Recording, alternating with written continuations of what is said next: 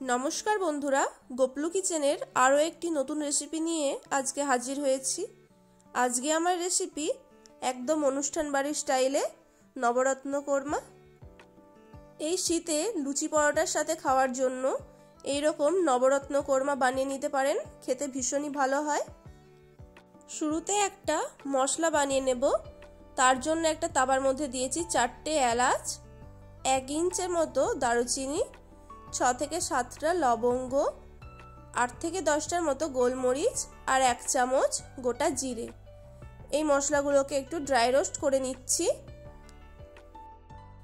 এর মধ্যে আমি আর বেশি মশলা অ্যাড করিনি, গুঁড়ো মশলার জন্য এটাই আমি তৈরি করছি। এবার মশলাটা ভালো মতো ড্রাই রোস্ট করে নিয়ে একটু ঠান্ডা করেই এই মশলাটাকে আমি গুঁড়ো করে নেব। আর বাটা মশলা হিসেবে নিয়েছি 10 থেকে 12টার মতো কাজু, 1 চামচ চার মগজ, 1 চামচ পোস্ত। এগুলিকে আগে শুকনো অবস্থাতেই গুঁড়ো করে নেব। শুকনো অবস্থাতে এগুলিকে গুঁড়ো করে নিয়ে এবার এর মধ্যে অ্যাড করব 1.5 ইঞ্চ আদা। এখানে আদার পরিমাণটা একটু বেশি নিয়েছি। সাথে দিয়ে দেব 4-5টার মতো কাঁচা লঙ্কা। এই কাঁচা লঙ্কাগুলো কিন্তু একটু ঝাল আছে। এবার অল্প একটু জল দিয়ে সম্পূর্ণ মশলাটা একদম মিহি করে বেটে নেব।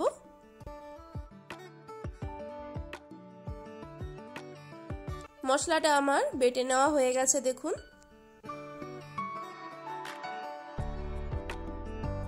এবার কড়াইয়ের মধ্যে দিয়ে দেব 1 চামচ ঘি। নবরত্ন কোরমাতে দেওয়ার জন্য আমি এখানে পনিরটা ঘি দিয়ে ভেজে নেব। আপনারা চাইলে সাদা তেল দিয়েও ভাজতে পারেন। এখানে আমি নিয়েছি 200 গ্রাম পনির। অল্প একটু লবণ ছড়িয়ে দিয়ে পনিরটা এখানে হালকা লাল করে ভেজে নেব।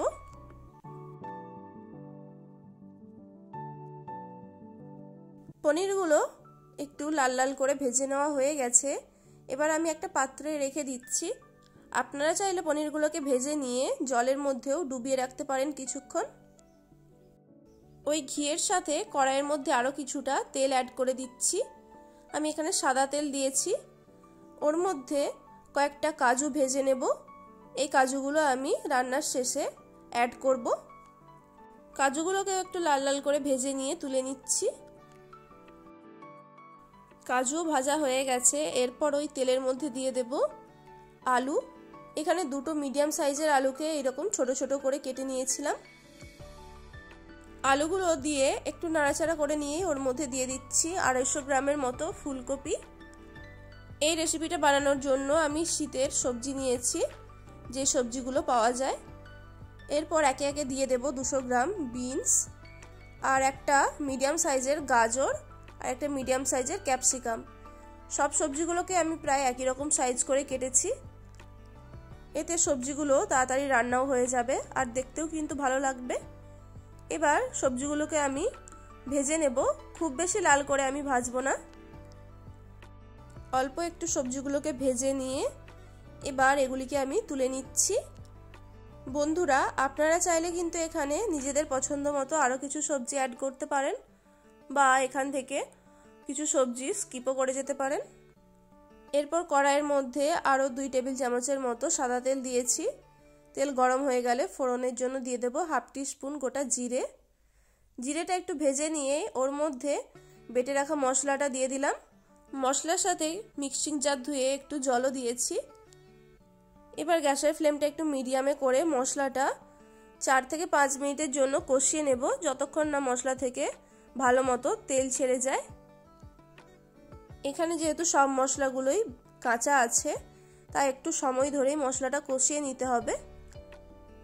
আর কন্টিনিউ এভাবে নাড়াচাড়া করতে হবে যাতে মশলাটা তলায় না লেগে যায়। মশলাটা কষানোর সাথে সাথে ওর মধ্যে দিয়ে দেব স্বাদ মতো লবণ, আর একটু দিচ্ছি 1/2 টিস্পুনের মতো গোলমরিচ গুঁড়ো।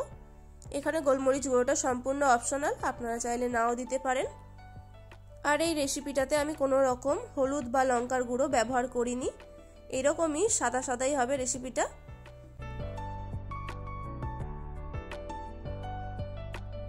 মশলা এখানে আমার ভালো মতো কষানো হয়ে গেছে।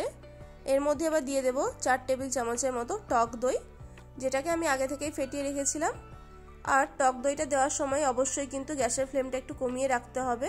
আর দইটা দিয়েই সাথে সাথে এভাবে মিশিয়ে নিতে হবে।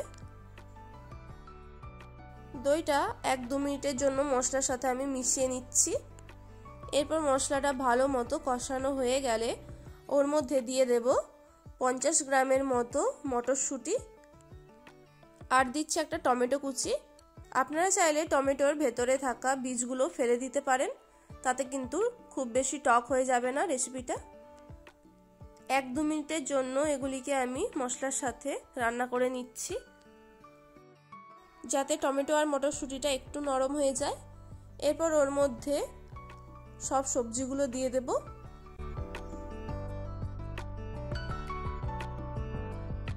সবজিগুলো দিয়ে 1 মিনিটের জন্য মশলার সাথে একটু কষিয়ে নিচ্ছি।